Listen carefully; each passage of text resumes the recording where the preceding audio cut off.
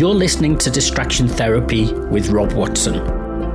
Conversations about how we find meaning in our lives and what it's like to be part of a meta-modern world.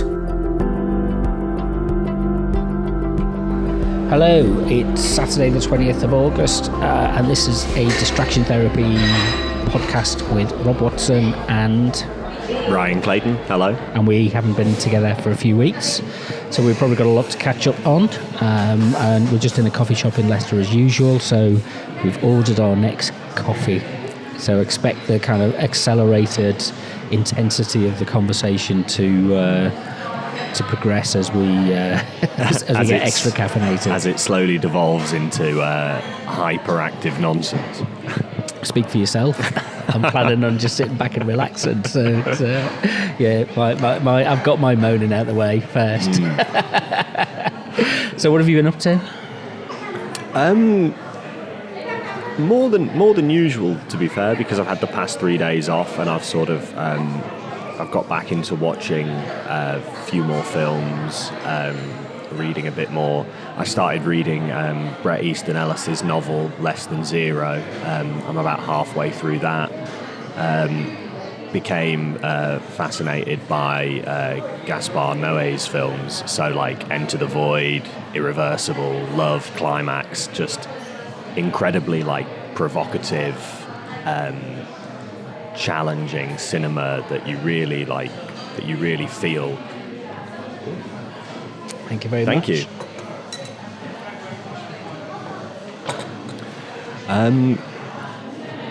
Yeah, I mean, I love his films. I don't know if you've seen any of them. It's not a name I know. But I'd thoroughly recommend Irreversible and Climax. They just, you really feel, you're left with a very emotional reaction to them, like one of just disgust and horror and repulsion. I don't know how else to explain it. He makes films that you really feel that are sort of impossible because they're so shocking and brutal and oftentimes cruel.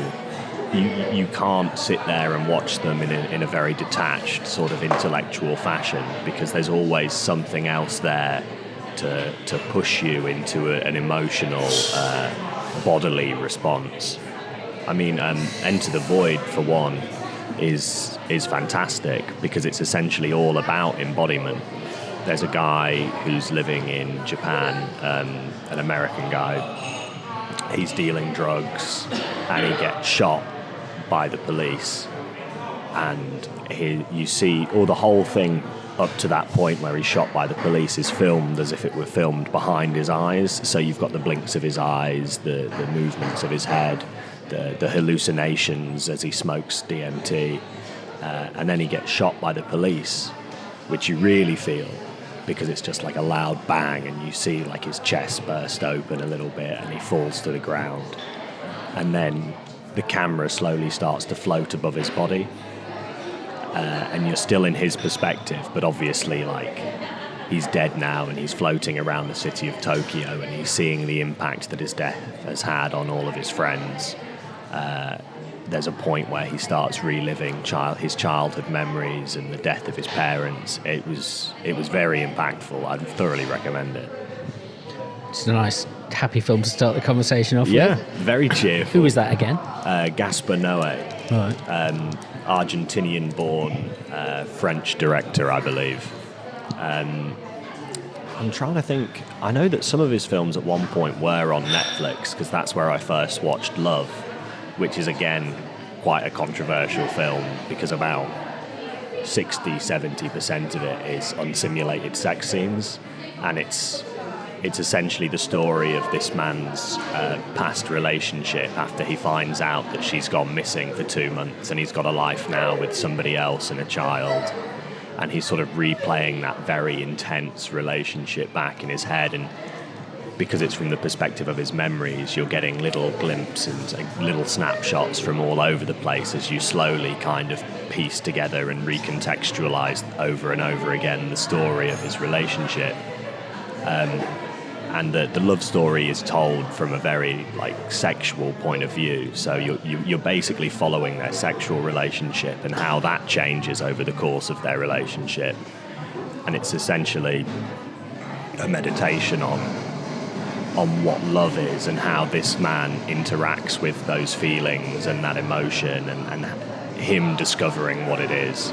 And it's really good for the purpose of the fact that there's not a lot of dialogue in it, and it doesn't give you any easy answers to any of the questions that it throws up in your face. At the end, you're left with a very somber, silent moment where he's sat by himself in the bathtub as the shower pours down on him, and he's just crying, and you're left there for about a minute with that before it eventually just says the end, and none of the questions that you typically would want answered. Yeah, exactly. And you're just sort of left wondering, like, okay, what was all that about? I just watched people fucking for like 2.5 hours, and I have all of these questions, and it's uncomfortable in that regard. A lot of his films are, because they're constantly pushing you to question and to look at things from a different perspective in often, like I said, cruel, shocking, violent ways.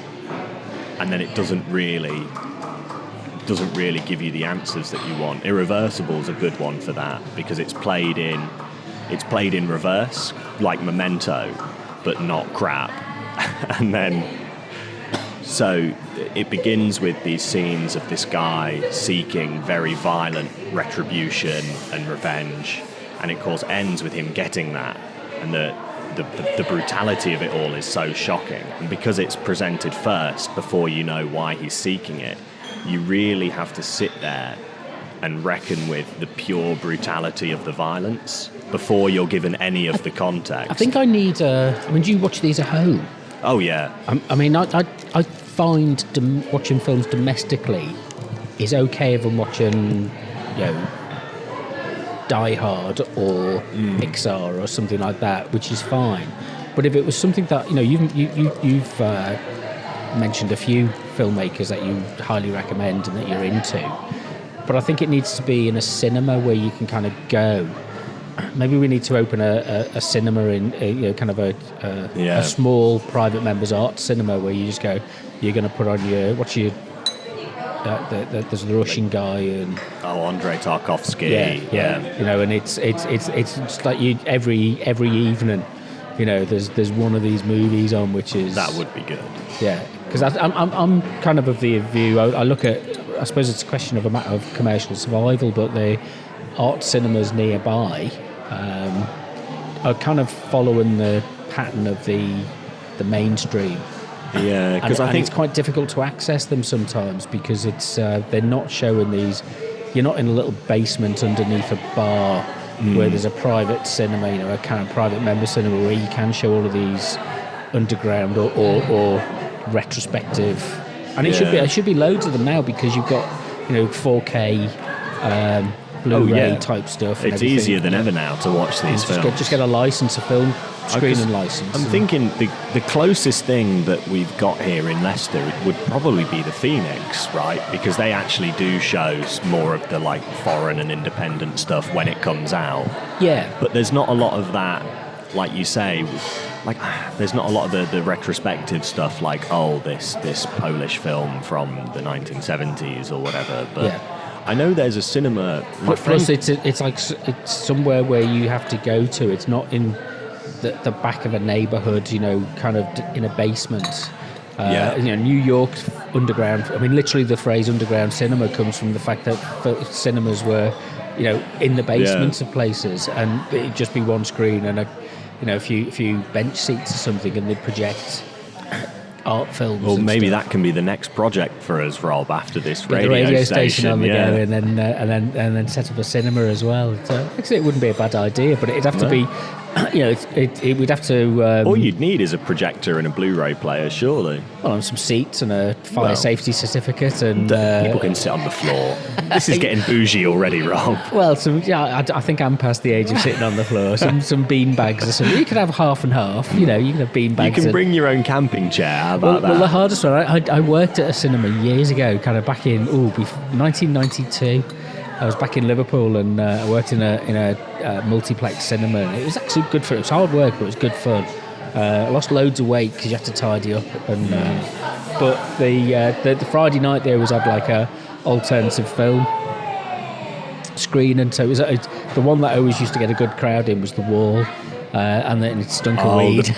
I was going to say the Pink Floyd film, yeah. I'd be a bit alarmed if that film screening didn't stink of weed, actually. It's like kind of like, who's going to see that film sober? Yeah, there's not much I could do about that. Just put the aircon on high, so it sucks it out. But it's you might get told off for that now. But yeah, we never had any trouble with that one.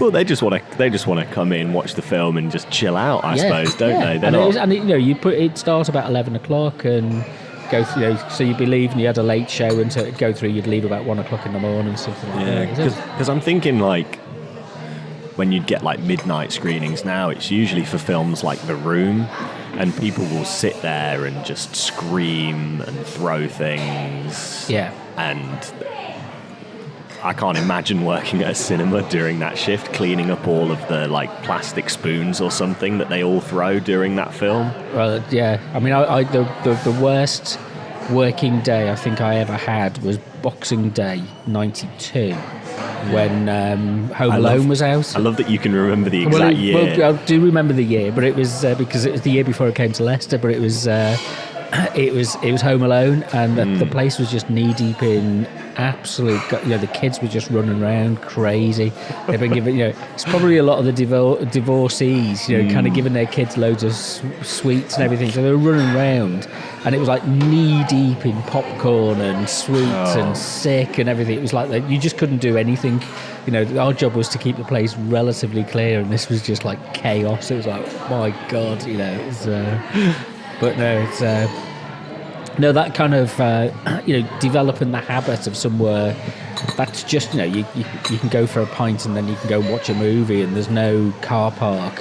So I think one of the things that kind of has killed cinema in a way is the fact that there aren't many cinemas now where they're not drive-ins, they've not got car parks, because it means that it's a destination that people then have to be attracted to. I mean, here in Leicester, I suppose the Showcase doesn't have a car park, but it's part of a complex that has a car park and you can drive in. Yeah, but I feel like people wouldn't really go to the Showcase unless they were coming into town anyway. Do you know what I mean? It feels like the kind of thing, because the car parking's so expensive. I mean, the nearest car park's the John Lewis car park, and the prices there are ridiculous. So if you're going to come in, you might as well, go shopping, watch a film, get something to eat, make a day of it instead. Well, we'll put a business plan together and we'll take over a disused shop, and in the basement we can do a cinema, and it's kind of, as you say, everything will be second hand in it, and as long as we meet the fire regulations, then...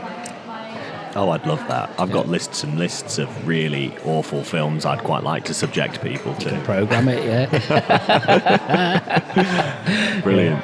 Yeah. So that took us away from talking about the film. What brought on this kind of intense recollection of the actual film itself? Obviously, it must have meant something. You're watching these. Yeah. Well, I've only seen. Before I rewatched it, I only saw Irreversible the once, and it was a long time ago now, years. I feel like it might have even been close to 10 years ago. But anyway, I saw it, and it seared itself into my mind because it was such a powerful film.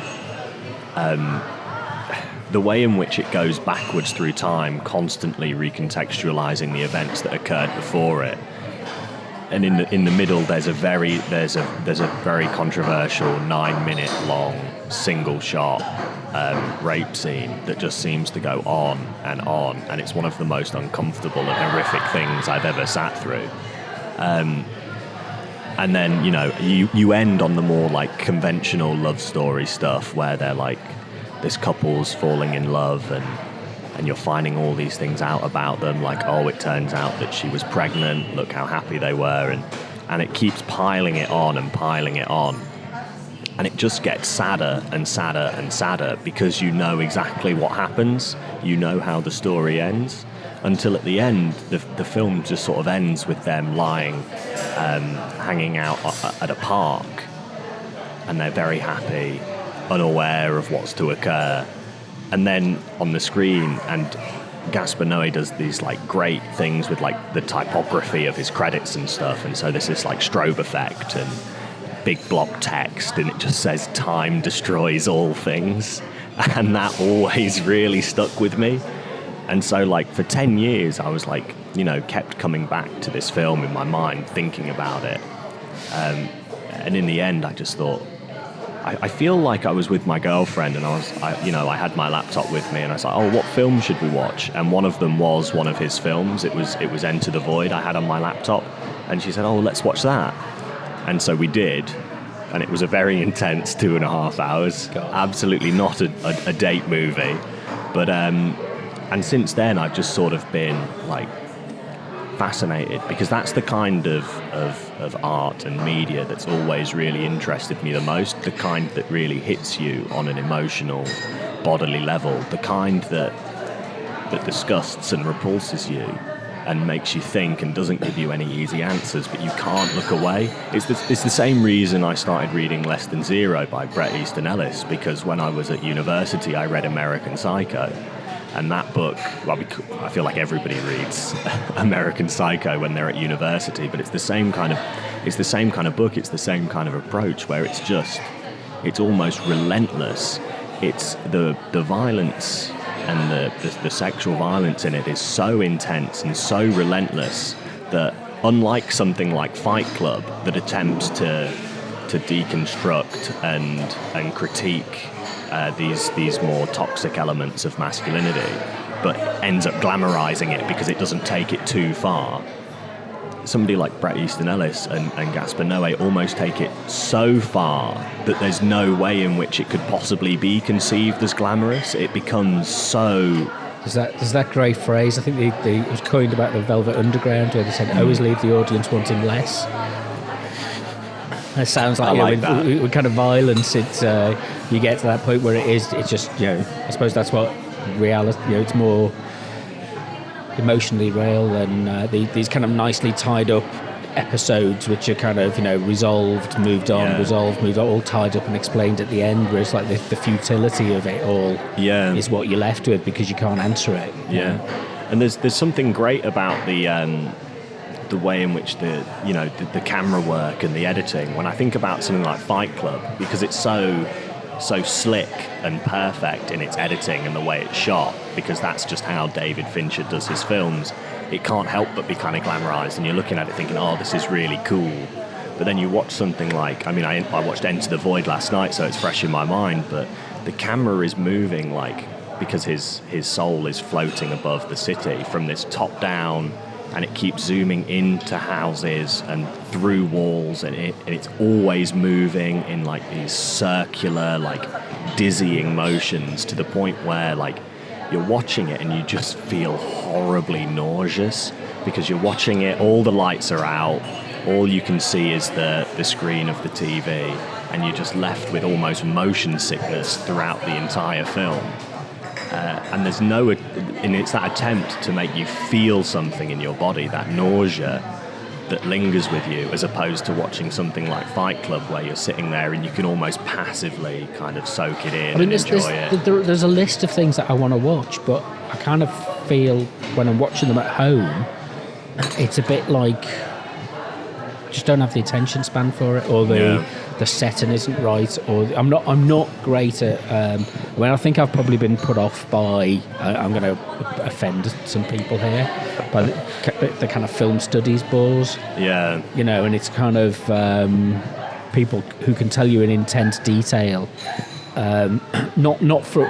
It tends to be from, if you like, a bit of a smart aleck perspective of knowledge about films. It's a bit like, they know the back catalogue and they've looked through the BFI index and all that kind of stuff, and they can tell you about it in intense detail. Yeah. But it doesn't tell you, there's no relation to I was going to what it say, feels, what the embodied feeling is from this. I was going to say, watch them squirm when you ask them how the film made them feel. Yeah, it's like, and what you have to feel something about this. It's just a catalogue of techniques. It's a catalogue of, it's a what do they call it? An auteur's work, and it's that it's interesting you say this, because it reminds me of actually something that I kind of been looking at over the last couple of weeks, is more to do with this idea of metamodernism. And I've picked up the book Metamodernism, which I can't remember who the authors are, but it's from 2016, and I'll look on my phone in a second and try and find out who it is. And it's part of that. It's a bit laborious. It's part of it's a bit film studies-y. But one of the things that it talks about the metamodern turn is the incorporation of that Raymond Williams things of the structure of feeling, or culture of feeling, and that the idea that it's Williams comes at it from a kind of post-Marxist kind of point of view, to say that we shouldn't just think about society as materialistic structures, but we also have to look at the feelings, if you like, that are generated through particular cultural moments, and that expression of what things those things, the feelings, as in terms of the emotions, the senses that are brought forward, as much as the description and the categorization of these things. I would argue more. It feels like that should be given a kind of primacy when you're dealing with these things, because if you're dealing with art, any kind of art, from like a very almost detached scientific way, where you're picking apart the method and the techniques and the camera angles and whatever, it feels like you're missing the overall point. Well, for some people, that's where the pleasure is. It's like taking a car apart. You enjoy deconstructing the car and rebuilding it and looking at the manuals and figuring out how all the individual components work. But then somebody else is going to come along and go, well, I really like going out for a Sunday drive and having the windows open and the radio blasting. I don't care how it works. And that interrelationship between the two, we're dominated, I think, by the former, and the latter is kind of almost dismissed. So a lot of the movie making, the mainstream popular movie making, is to feed people who haven't thought about what that experience is of driving with the windows open and the wind blowing through and the radio blasting on. They just do it because it's a ride, and that's what and a lot of our film. I watched one the other night. We did watch a cartoon thing in animation, which was on Paramount, because I've got that so I can watch the Star Trek stuff at the moment. And must be good. I feel like I'm looking at you struggling to remember the name. Lucky, I think it's called. It's got Simon Pegg in it. Is that the one with the cat? Yeah, it's dreadful. It's just awful. It's just one trite thing after another, and no challenge, no real consternation. No real kind of. It's just everything's going to be positive and everything's going to be great. It's kind of everything's wonderful and we've got all of this stuff going on, and it's like kind of there's no real moment in there where you think, well, there was one slight moment, but the rest of it is just like one series of and it had to explain the series of events, the exposition. Oh, you need to go and do this, and then you need to go and do this, and then you need to go and do this. It was just a series of actions right the way through the whole film, which was just devoid of stories. And why did you end up watching this film? Because there was nothing else on. It's like you're sitting there filming. It's like you either want to fill your head with something which is really serious that needs concentration, and in which case you then have to explain that to the person that you're sitting there watching it with. Why do you want to watch this? Because it's serious and heavy. And the second one, it's easier to just go with something which is trite and light and you trip through. But they got bored with it as well and went off and did something else. So I was 3/4 of the way through, so I thought I may as well finish it off. Well, I'll tell you what, because you've just reminded me, over recently, because I got very bored of looking through Netflix and not finding anything to watch. So I found out that there's like, what's the way to describe it? Like, what do you call them? The people, are they publishers? The people that put out DVDs and like Blu-rays. Publishers, yeah. Yeah, but have you ever heard of Arrow Films? They put out a lot of and release a lot of cult stuff on Blu-ray. So stuff like, like Terry Gilliam films, Right. like weird, like 70s, like Italian genre films and stuff, and like horror movies.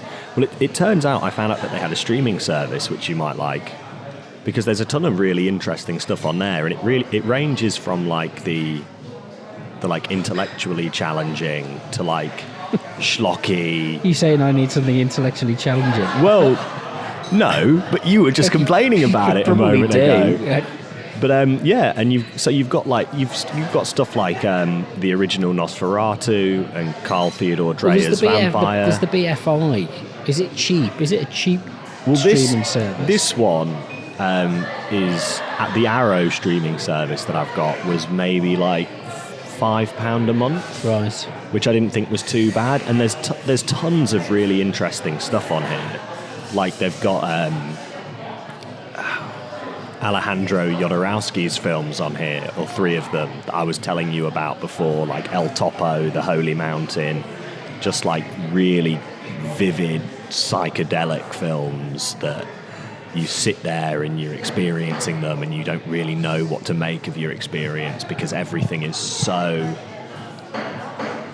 everything is symbol, and nothing really seems to tie those symbols within the text of the film. So you're just left there kind of interpreting and reinterpreting this constant barrage of symbolism that never really seems to tie itself up and make sense in an explicit way. Like, very interesting stuff. I've been put off by film studies, so I kind of don't want to go back to another film. It's almost like, kind of if you want something which is a film experience and not an education, in that sense. Well, that's what I'm saying. These are what these films and that streaming service, that's what they're good for, because they're very much like the cult films that sit by the side of that traditional canon of cinema, and are the ones that the reason they've become... So you've used the word canon. Yeah. That's destroyed it for me. It's like...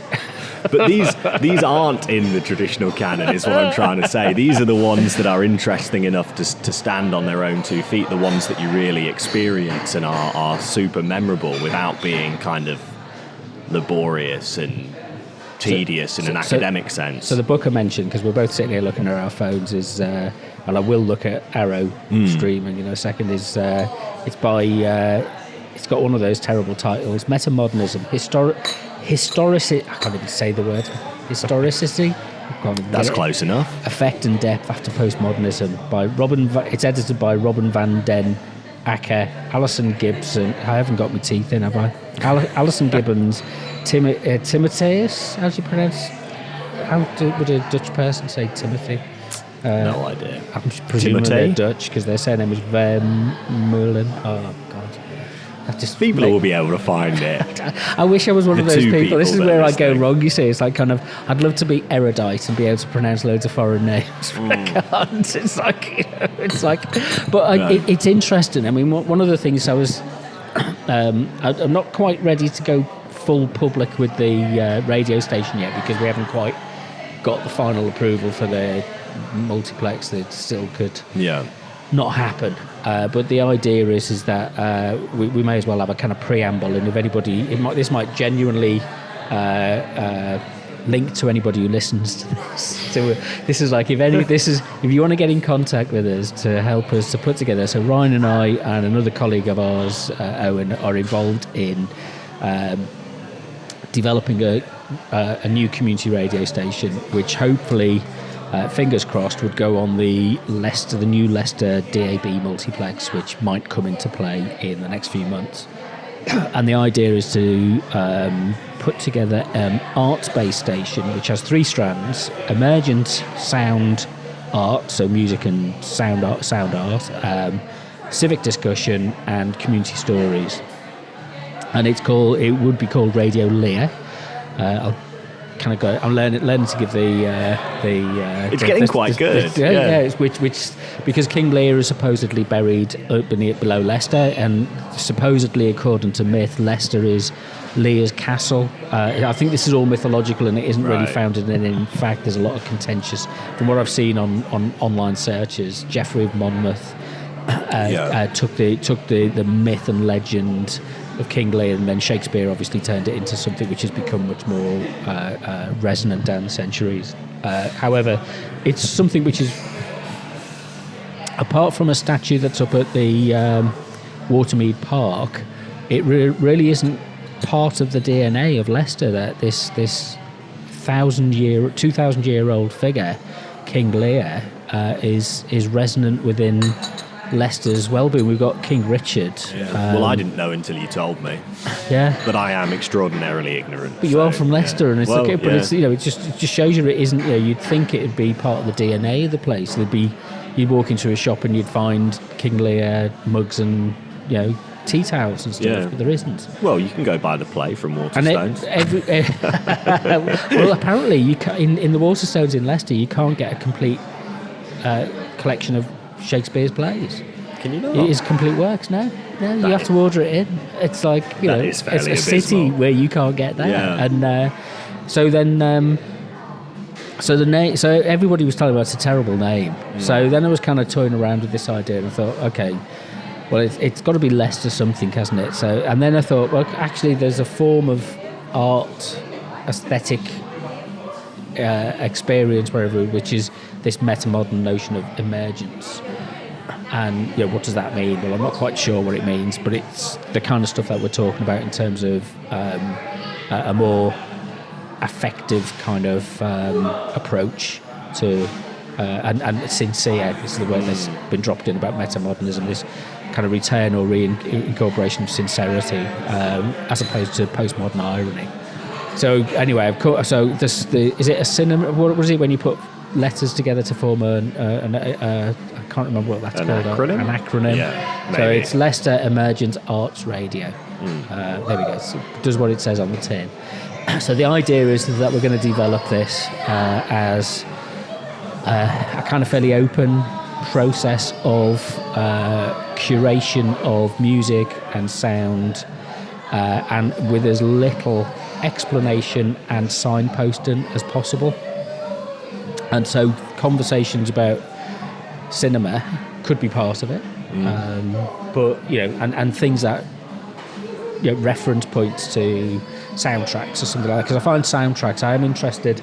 Soundtracks are probably one of the areas of kind of quite intense musical development, which doesn't get a lot of credit, and there's a lot of crossover of contemporary artists who also do soundtracks and things like that. So it's a starting point. I've no idea where it's going to go and what it would be about, but I actually put it in the application form that it's going to be a metamodern radio station.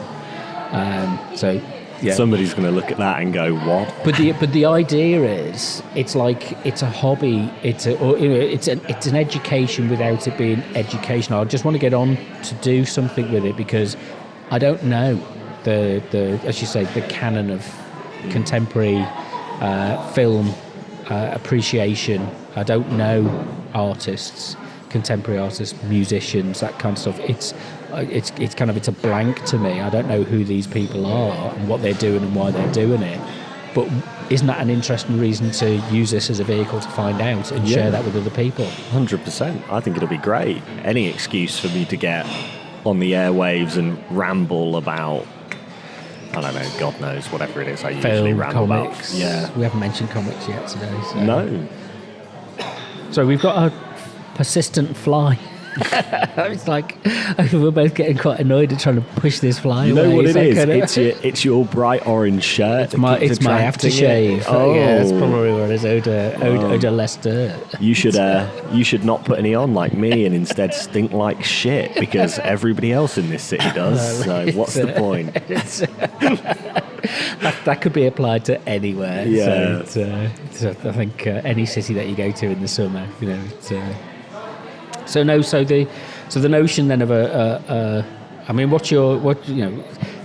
if that encapsulates it, and I'm sure I can get it down to a bit more of a succinct kind of. I was telling somebody about it the other day, and they just looked at me blankly. It was like kind of, WTF? What are you talking about? I was like, I'm just gonna have fun with it. I just want to do something interesting. So. To be honest, I think that's the main appeal of it, because it's been there's like a specific mission statement, admittedly, which you've set out, but also at the same time, it's like... I hope it's not a mission statement. Well, it's a starting point. Yeah, that's what I mean, like in a sort of vague way, but it's still very open-ended, and it leaves people a lot of scope to come and share things that they're interested in and engage in a conversation with other like-minded people or you know, people that are dissimilarly minded. I don't know what the antithetical phrase is to that, but you know, so like somebody like me could come along and talk about comic books and film or whatever, or somebody else could come along and talk about history, or somebody else could come along and talk about, I don't know, geography or politics, whatever, you know, science, anything.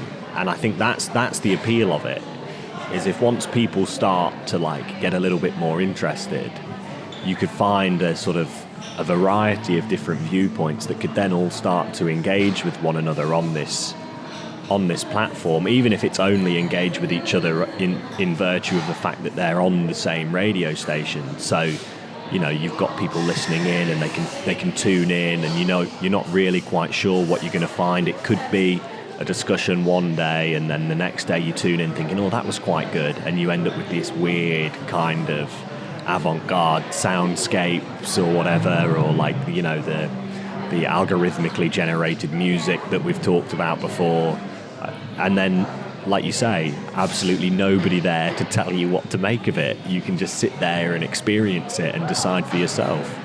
I'm really glad that you summarised it in that kind of way, because your skills in writing that up are going to be essential. Well, I'm always here, Rob, to be used. When we set up the website, you're going to be doing all the text.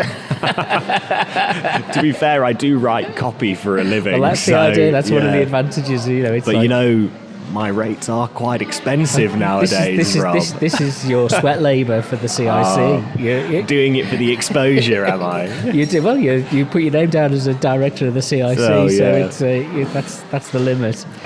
But it's also on the basis of doing as little as possible. I mean, that's the other thing, and explaining as little as possible. I think that's the interesting thing. For once, I feel it's going to be interesting, because my perception is that 99 times out of 100, people ask you, what's your mission statements, which kind of implies, where do you want to get to? That there's a goal. Yeah. And my view is that I have no idea, and as you say, I want to keep that as open as possible. There's a couple of things which are loose touchstones that you've got to be compliant with the broadcast code, you've got to be respectful and inclusive of people to a limit. And you've got to be, mindful that you do something which you're happy with yourself and as the group of people who are involved. Beyond that, I'm not explaining anything or giving any kind of certainty to anybody. I certainly don't want anybody to come along and say, well, I've heard this show on Radio 2 or Six Music or somewhere else. Can I do a version of that? In which case, the answer is no. There's plenty of other community stations that you can volunteer for where you can do that. And the only thing I've been able to phrase it as, in a way, which is this notion of saying, well, what will arts and culture be like in 2040, 2050 here in Leicester, given the nature and the mix of Leicester? And I think it will take 10 years for us to get good at this. At which point I can retire and having spent the next 10 years talking to artists and authors and poets and writers and sound designers and filmmakers and all the rest of it, that we end up having this massive hobby of just talking to people who are maybe doing something a bit more interesting than just watching Netflix. Yeah, and all of the crap that seems to be circulated on there. But. Yeah, I think I've just got to... I kind of had a bit of a strop last night with me home. I was like, I'm bored. I've got Amazon, I've got Netflix, I've got Disney, because I quite like the Star Wars stuff, and I quite like the Star Trek, so I've now got Paramount as well. And but it's the only thing I'm doing. I don't. There's no pubs I go to in Leicester because I don't like drinking, and the pubs in Leicester tend to be, the experience of going to a pub in Leicester. You don't like the Market Tavern, Rob? or Nine Bar, or wherever else. No, it's my days are going to pubs, but there doesn't seem to be anything outside of that. It's if you want to go and listen to loud music and stand around a load of drunks, they're not really doing anything interesting. And the wine bars, for example, the cheese and wine. Do we even have one in Leicester? There is. Yeah, there's a couple. Oh my! But it's like kind of I wouldn't sit here and think like at your salon, on a Friday night after a hard work making radio programs that you're all heading to the salon and you'll have to discussing philosophy. Well, you'll have to set one up. Well, this can be the cinema complex. Rob's Kitchen, everybody. It'll be one thing. Weekly salon. Radio station, bookshop, second-hand bookshop. Okay. Then cinema in the basement, cafe cum bar in the evening. I'm not bothered about if there's actually probably best if there's no alcohol. That'll put a load of people off that you don't want turning up. You can only drink coffee. What, in the evening? We'd all never get to bed? Yeah, honestly, at least it wouldn't be a load of drunken bores. It's like, well, what you'd have to do is don't just serve people like the odd glass of wine. Give everybody one glass of wine and that's it. Yeah. No more. Yeah, maybe restrict it to Depending on how long it's going on for, 1-2 glasses of wine. I'll down a bottle before I come. It'll be fine. Yeah. And then members only. Keep out the riff. What's your fantasy arts venue? I worked at the Corner House in Manchester at one point, which is the arts venue, which is there now. I think it's been replaced or part of Home, which is the big arts venue there, which I've only had the chance to get there once. And but it was like it did have this kind of it was good because it was the cinema had this appeal. So the cinema was actually literally in the basement, and across the road there was so it's at Oxford Street Station. That's where it was based, on Oxford Street in Manchester. And the cinema there, the big cinema, we always used to have this joke that when they put Paris, Texas on, like every 3 months it was on, and you'd open the box and the letters would jump out onto the signage outside the front, those things that you hang the letters on. They would just jump up because it had been on so many times. But it did do some interesting films, but not that I ever got the chance to go and see stuff or much. But the art galleries were above it, and the cafe in the middle was quite a trendy, kind of vegetarian cafe at the time and stuff like that. And I kind of miss that because it's... I think now I don't know whether the Phoenix and Leicester will have that kind of vibe once it's expanded and reconfigured its restaurants, but I kind of, that kind of cultural quarter element of Leicester is kind of like the Curve and people driving in from Market Harbour to go and see a touring production or a King Richard, well, that's all there transmission is from the National Theatre and stuff. The cultural quarter's a bit... what is it? What deflated, dissolving before our eyes. It's hardly a quarter, is it? You've got the Curve and you've got the Phoenix, and the rest is just dilapidated. I suppose it comes from this notion that what is culture, and the notion of culture has become something which is we put in place those things which are part of the economy and not part of people's lived experience. And so when you look around and you ask people to consider what. How would you describe? I mean, just look around the room we're in now. How would you describe the culture of a place like this? What would you say would be when you look back, epochs and eras, and you can over-romanticize these kind of things. Kind of Berlin in the 1930s, or Paris in the 1890s, or London in the 1960s. You're not going to get it from. There is a kind of vibe and a structure of feeling towards everyday common culture, but and there's different. Somebody, I was explaining the idea of the radio station to somebody. Said, "Oh, so you're an elitist?" I was like, "Yes, of course, but what's wrong with being I'm not sure why I'm an elitist. Maybe just what's the word I'm looking for." I hate the phrase avant-garde, and those people at the cutting edge, all that kind of stuff, because that often is self-promotion and restriction and making things narrow. I'm not really interested. This is about opening this up. So the kind of films that you're talking about, it's about having common conversation. Easily, not. I can wrap myself up in loads of little kind of twists and turns with this, but whilst the topic that you're talking about might be challenging, the way that you go about it doesn't have to be restricted to a particular kind. That's why I'm actually really not bothered that my pronunciation of theorists is so bad, because actually that's a badge of pride for me in many ways. You know, I remember learning to pronounce Baudrillard's name properly, but the first I can't even say it wrong now. Well, I mean, I don't really. Baudrillard or something like that. When you start off, and it's like all of these words, but there's a middle class kind of expectation that you somehow should know how to pronounce every bloody name of every political theorist or thinker over thousands of years and pronounce them in the vernacular as and know how to do that. It's like, no, I don't come from that kind of background where I never learned that kind of. We had Smith and Jones and Watson and Clark, and it wasn't much more.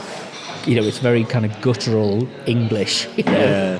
And it does annoy me a little bit as well, because the only way in which you learn how to pronounce these names correctly is if someone's told you. But if you've sat there on your own, I've got a friend who is very interested in philosophy and did a little bit as a course of his English degree, but not too much, but has since gone on to read quite a bit of Heidegger and postmodern thinkers and all sorts, really. And sometimes he can't pronounce the names because, of course, nobody's told him. He's just sat there in his room and he's read the books. Goethe, Goethe. You look at it and you kind of, how do you pronounce this? I've no idea. As far as I know, it's Goethe. But I always just say Goethe. Yeah. Because that's... I think it's about claiming that kind of... pulling that back in and saying, look, no, it's not a question of what you understand. Just because you don't have a reference point for, like Foucault, that took me years to learn how to say that. Well, I only learned it again because I was sat in a philosophy class and somebody literally, the name pops up on the presentation or whatever, and they go, today we're going to talk about Foucault. And it's like, oh, okay. That's how you say that name. You say Foucault and I say Foucault. And it's like kind of, oh, well, you're not quite getting it right. So I don't care. Well, to be honest, at this point, I couldn't even hear the difference, and I'm not going to suggest one of us is right and one of us is wrong. But you do get that kind of snobbery that comes into this. There is that. That's how you police a cultural elite. Yeah. About the people who are obsessed about the pronunciation of names and words, not about the level of understanding and the value that somebody really takes from what this person's saying. It's all about the appearance of being, you learn the tricks of appearing to be erudite. Yeah. And it doesn't really test people. Well, because a lot of the times that's what is often mistaken for intelligence or thoughtfulness. As long as you can pronounce the things correctly and repeat the correct talking points in the right way, then you're seen as intelligent. But if, God forbid, you sit there and admit you don't know something, or you've not read something, or you've not watched this particular film, it's like that cultural currency, isn't it? It's kind of, you soon run out of it and you're bankrupt. So this, the idea would be, so from that point of view, whilst I'm an elitist when it comes to the aspiration of trying to do something interesting, I'm not an elitist in terms of, I'm quite democratic in terms of the way that people get into that space to do something. But I'm just bored a lot of the time with what people have already come up with and what people try and pass off as being of any kind of cultural value. I think there's an awful lot of it. How do you destroy... There's an interesting one. So I wrote a blog the other day, last week, about this notion of emergence, and I'd read Jung's chapter in Modern Man in Search of a Soul. Yeah. He's done he wrote a chapter about literature, poetry, and art, and aesthetic appreciation. and he divides it between. It's a really nice, simple distinction. I'll use this as the main reference point for how to explain things. And he says there's two types of aesthetic, artistic endeavour, if you like, and I'll probably explain it really badly. So the first one is the psychological, where when you engage with a piece of art or a text or a poem or something like that, what you spend a lot of time doing is trying to understand the psychology of the artist.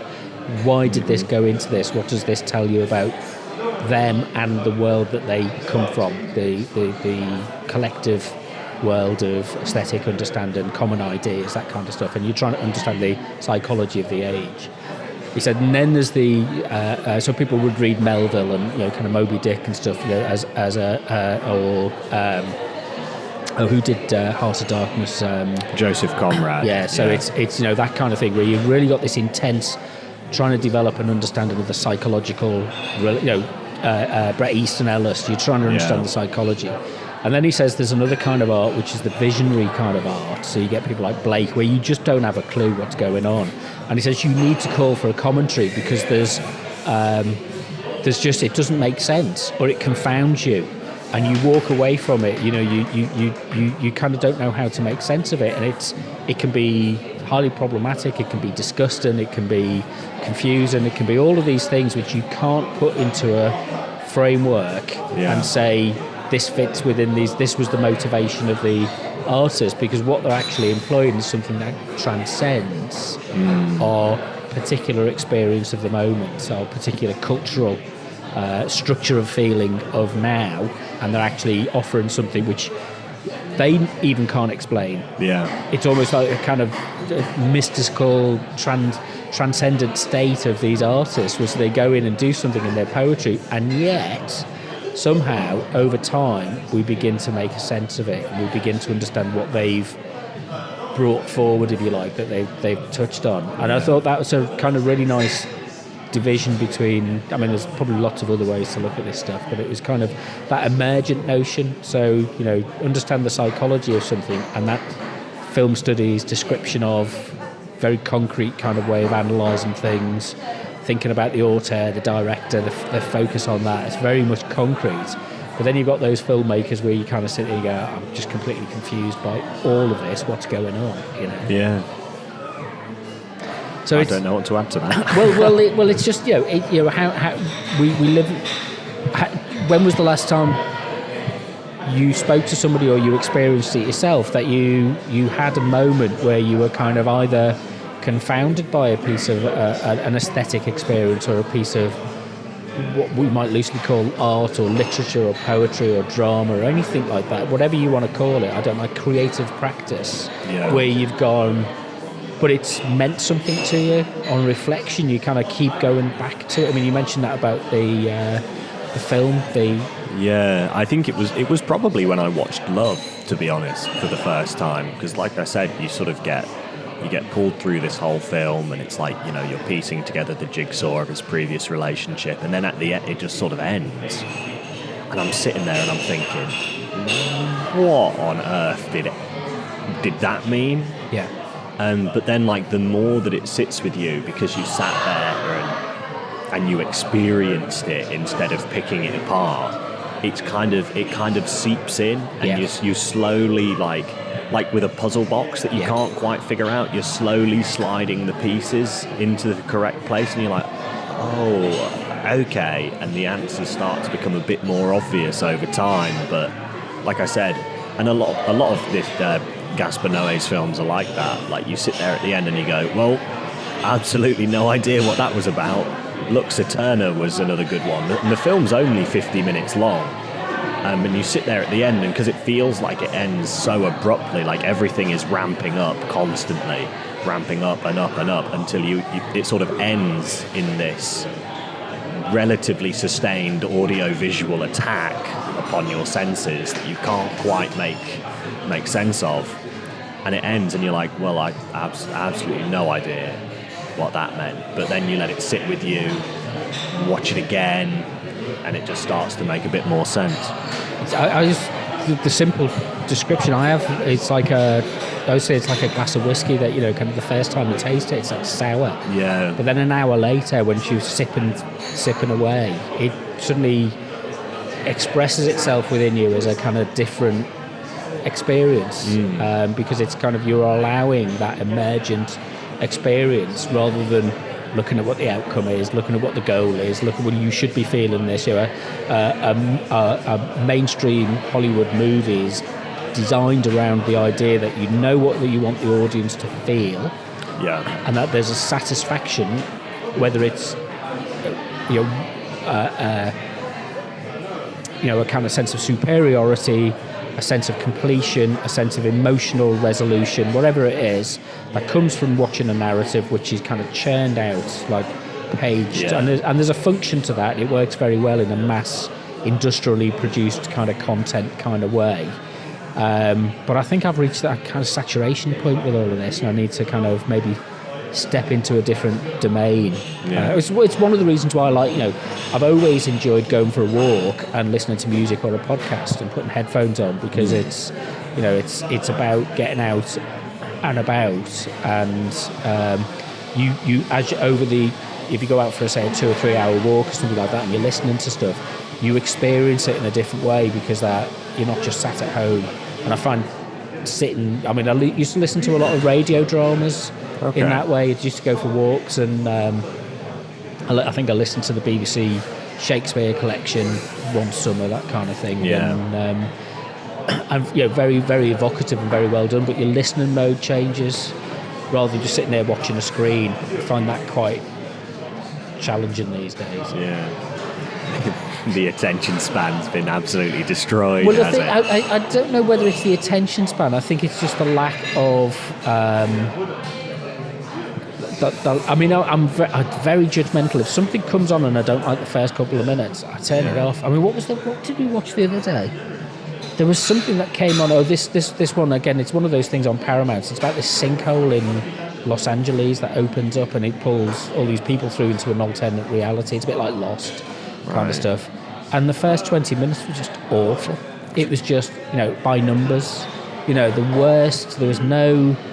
All of the characters were just painted very, very quickly in these broad brushstrokes of that's the teenage son who does this, that's the teenage daughter who does this, that's the divorced mom who does this, that's the dad who does this. And it's like kind of, and it was trite, and it was like there was nothing in between these very like plastic Lego building blocks of different colours.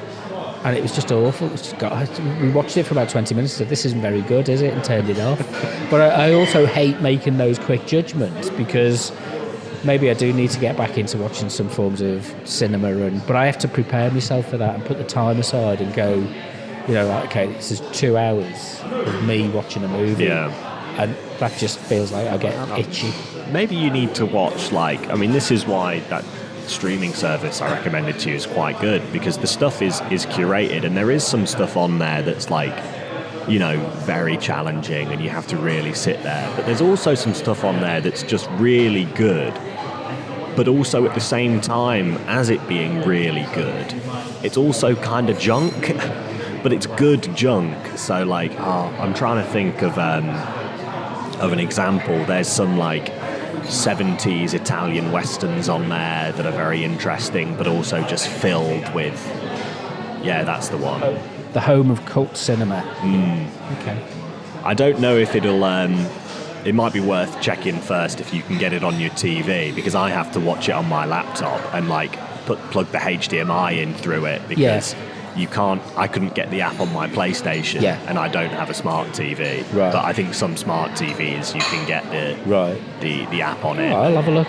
But and there are some great things on there. The Happiness of the Categories is on there, which is this very strange Japanese horror comedy that's also a musical about people who there's some stop motion elements in it. There's this Do you write about your film? Appreciation?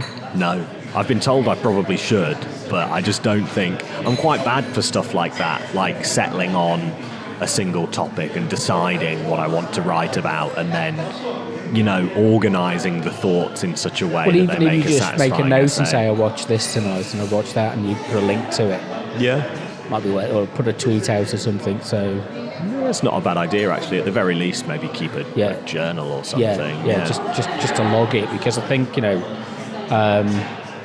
having that different perspective, and I think it's very much an individual and personal perspective, but it's non-institutionalized. I think when film appreciate, and I suppose it applies to any art and culture, is that when it becomes institutionalized, it kind of loses something. Whereas, you try to work in a de-institutional. I mean, maybe the radio station is one of the things we have to be wary of, is that there will be some partners that will be institutionalized. There will be, I mean that in the in both senses of the word. I just heard that.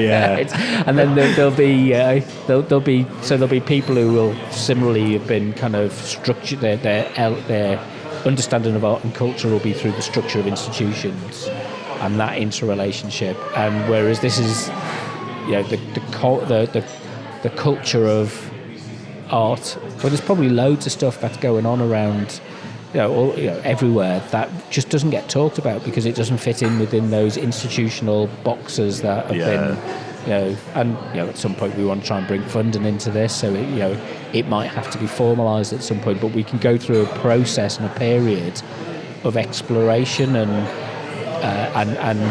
dissolving the boundaries between those institutional expectations and looking at how does the interesting thing, just a kind of quick observation is looking at this new Lord of the Rings stuff that's coming out on to work on something like that on kind of television, which is taking reference points from cinema, is the literary capability of the writers in terms of, and I take my hat off to modern television writers, whether it's streaming or broadcast television. Their understanding and ability to work with the dramatic form is pretty impressive. It is sometimes. I guess it helps as well, when you're working on something like that, something that big, you'll have a massive team of writers. Well, maybe not massive, but you'd have a team of writers, wouldn't you? So it's the case of you're all pooling your intelligence and your areas of expertise and the things that you're good at. And I'd imagine that after a time of working with one another, you'd become aware of that. And these things are all very thoroughly planned and researched. Well, that's what we'd like to think. I suppose there's an awful lot of stuff out there that is just done by rote. Yeah. And it's just 100%. Done to a press release type pattern. It's kind of press and PR type pattern. You churn it out. Where you do know that a publishing house has a couple of authors that it says now let them do, like filmmakers, let them do what they want to do. Yeah. I was watching some stuff about Stanley Kubrick last night and some of the films that he'd not produced. But the amount of development work that went into it, and it's you need.